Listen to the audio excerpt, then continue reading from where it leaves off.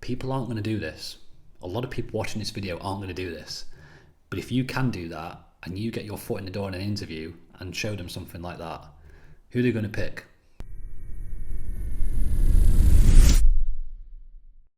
Hey guys, my name's Rich and I'm documenting my journey to go from IT support all the way to network engineer, and I'm taking you along with me. Today's video is going to be about 7 things I think you should do to land your first job in IT, whether it's on the help desk, IT support, whatever it is. I've come up with 7 things that I think you should do because it's so competitive out there. We have to rise above the rest of the people that are applying for the same job as us. That's how I saw it, and I did these things, and I got a job in 2025 as IT support. So let's go through them right now. Okay then, right, so I've got my 7 points here written on my laptop, and we're going to go through them one by one. Now, if you are serious about moving into IT, maybe you're doing a career change, maybe, things just aren't going great for you in your current job and you're thinking about, maybe I'll do IT, maybe you're fresh out of university, college, whatever. It's no good these days just applying with a random, or should I say, generic CV, resume, and hoping you're going to get the job. There's a lot of people out there who are applying for these jobs that have amazing resumes. And you know what? I'm pretty sure that after speaking to people in my organisation, in other organisations, a lot of interviews they carry out, these people can't back up the things that they've got on their resume. But that creates a problem for us, because if we're applying for a job, we need to get through the filter. We need to rise above. We need someone to see us. So that's a hard task because so many people apply for entry-level IT jobs. These things that I've put here really are simple, but a lot of people won't do them. And if you really want the job like I did, you will do these, and you will do them again and again and again. It's nothing crazy, but this is just what I did. So let's go into it. I did have a beer last night, or 2, and I'm feeling a bit. So 7 steps. First one is research. What are the help desk jobs or IT support jobs actually asking for? Let's read the description, and they're pretty much all going to be the same. There's going to be a few variations, but what are they asking for? More than likely, it's going to be a customer service, customer focused attitude, team player, Microsoft skills, and maybe hardware skills as well. Get a good idea of what skills that they're asking for. That's the first thing we need to do. Second thing we need to do, review your skills, history, and situation. We need to start looking like we work on the help desk or we work in IT support before we've even got the job. That is how I see things. If you want to be in a certain role, you have to act like you're in it now. Don't wait to get the job, it has to be now. So we need to redefine our resume or CV, whatever you call it. I would say stick to 1 page for your CV or resume, and it needs to scream, I am a help desk worker, I work in IT support. Even though we don't yet, it needs to look like that. That's how we need to think, that's how we need to be. And we need to highlight anything that's relevant to what they're asking. So if it's customer service, troubleshooting, PC hardware skills, Microsoft, whatever it is, if you can find anything in your history that's relevant to what they're asking for, even if you haven't worked in IT before, you could have resolved issues, resolved problems, helped your team with technical difficulties. Even if you're not in an IT job, trust me, I wrote this down, you can do this. Highlight those important bits and don't highlight the irrelevant things. We don't need a massive section about something that's just got no relevance to the job we're applying to. Even though we're trying to find relevance, really highlight the ones that are more relevant and don't really talk about the ones that aren't. Remember, this resume, it's going to get read by a piece of software, so let's just have clear 1-page relevant information that is relevant to those things that they're asking for. Why is there so many birds outside my window making a noise? Third thing, study something now. You may be already studying something like a certification. Now this may be a Microsoft certification. It may be Cisco CCST. It may even be CCNA. That's a good one. Or CompTIA, Network Plus, whatever it is. You should be actively studying something, right? And what I would also do is, so that you're not like trying to pull the wool over their eyes and going, oh, I'm studying CCNA and pick me, have your exam date locked in and make sure that is on your resume in the top section. That's about you, or skills, currently studying CCNA, exam January 2026. You need to be actively studying something, and you need to let them know about it, and you need to have your exam locked in. Number 4, home lab projects. I know we're only talking about entry-level IT jobs. However, we need to be acting like we're already in that role. Like I said, it doesn't cost a lot, and in some cases it's completely free to have a virtual lab running on your laptop.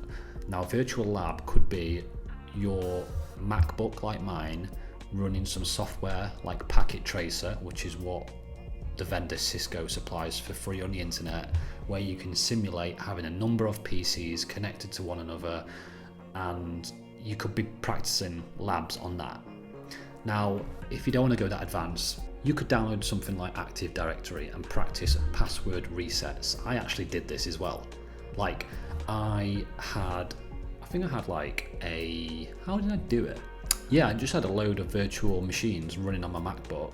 One of them was a server, 2019 Windows, put Active Directory on it, added all those virtual machines into it, and then practice resetting passwords and all that stuff. Do you know what I mean? Just to brush up on my skills so I knew about it. But hey, do that. Do some actual projects and put them in your resume and cover letter, and also make sure you have documentation from start to finish. So you've actually completed one, completed another. Don't just say, oh, project's doing this, project's doing that. No, be able to present, even if they are the simplest things. When I applied for my job, I actually had 2 projects on my resume and cover letter. They were more a networking specific project, and they were done on, actually I had my own physical home lab, and I did spanning tree project, and a VLAN and port security project. So I had a load of network switches where I administered spanning tree protocol. I tested it, and then I also did a separate project where I assigned a load of VLANs and did port security. Very simple stuff. I was studying the CCNA, but you know what? I just did a quick 1-page PDF document of what I'd done, and I had that there to talk about on the interview. People aren't going to do this. A lot of people watching this video aren't going to do this. But if you can do that, and you get your foot in the door in an interview and show them something like that, who are they going to pick? You know what I'm saying? Number 5, network. Network as in people network. You need to get on LinkedIn. LinkedIn is where a lot of things happen, and I was just not a LinkedIn person. I didn't like it, and I found it was a lot of people showboating. But the technical side of LinkedIn, where people talk about technical subjects, where network engineers are talking about problems and bugs with routing protocols and how to overcome them, and IT support people are on there talking about the latest bugs in Windows and what to do. Those are gold. Those conversations, those posts are absolutely gold, and you should be on there, and you should be contributing, and you should be acting like you are working in IT support, working in the help desk. You should be talking about your projects, documenting them, commenting on other people. Networking like that is really powerful. It's underestimated, and you need to do it. Number 6, this is my favourite, and I did do this to a certain extent. I didn't end up following through with it, but let me talk to you about it. Volunteer your IT services. Right, I I'd done my Cisco CCST, which was the Cisco Certified Support Technician, entry level one. And then I was going on to do CCNA, and I wanted to get into a tech job. So I found it so competitive, like we've spoken about, applying. So I thought, I'm going to go and work for free. I'm going to go and do it for free. So I printed off 500 leaflets advertising my IT services, because by this point I was confident with basic troubleshooting, hardware, cabling, cable management, and posted them in churches, youth groups, charities, shops, cafes, lampposts, train stations, wherever. I didn't get a call. However, that's not to say if you do this, you're not going to get a call. You may get a call, but you'll only find out if you do it. And if I hadn't have got the job that I'm in, I'd have gone out and posted more. So if you can do something like that, I think it's really good, because it shows your intent, it shows your commitment, and if you get a call, you just don't know what that's going to lead to. That might be someone who ends up offering you full-time paid employment. If it's not, and you just do volunteering, well, you're still progressing in your tech career. You'll be doing more than what you would be if you weren't volunteering, and it's something to talk about when you get the interview. Number 7, right, goes with the resume CV, but your cover letter has to be unique for each job. Even though a lot of IT help desk and customer support, IT support jobs are going to be pretty similar, I would still make a unique cover letter for that company, for the specific skills that they're asking for.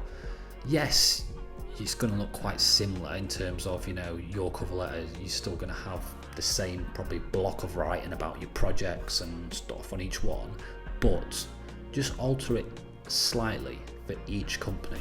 That's what I would do.